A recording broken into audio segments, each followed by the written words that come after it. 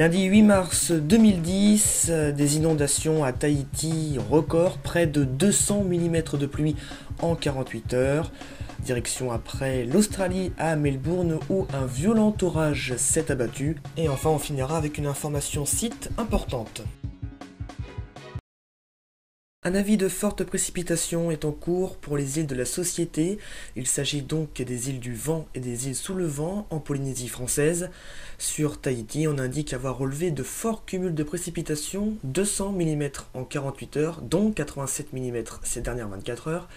Le Haut Commissariat a indiqué dans son communiqué que les incidents les plus significatifs étaient la fermeture de l'aéroport de Tahiti-Fa'a entre 12h et 14h environ en raison de l'inondation de la piste, la neutralisation de la RDO entre Punaia et Papeete en raison d'un glissement de terrain au niveau de Tipairui, l'inondation de l'école primaire de Fai à Huahuin, la destruction totale d'une maison à Papeete dans le quartier Planea numéro 2 par une coulée de boue, de nombreux éboulements sur les voies de circulation. Par ailleurs, plusieurs dizaines de familles ont vu leurs maisons inondées et ont été évacuées dans les aires des communes concernées. Un avis de vigilance est toujours en cours.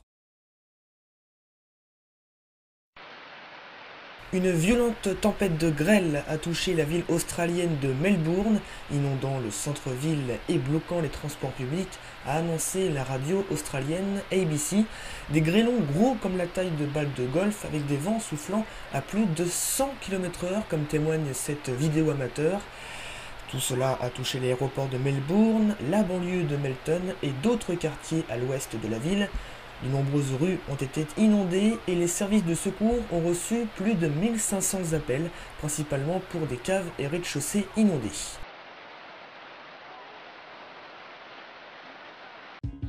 Et on termine ce journal avec une information importante pour tous ceux qui nous regardent et qui consultent notre site internet. Toutes nos équipes prennent quelques vacances du samedi 13 au samedi 20 mars 2010 inclus. Cela aura donc des conséquences sur notre site internet puisqu'il n'y aura aucune actualisation du site et donc des prévisions météorologiques.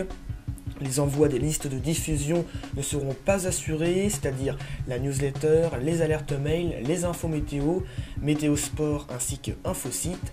Et enfin, il n'y aura aucun journal, aucun flash et aucune édition spéciale.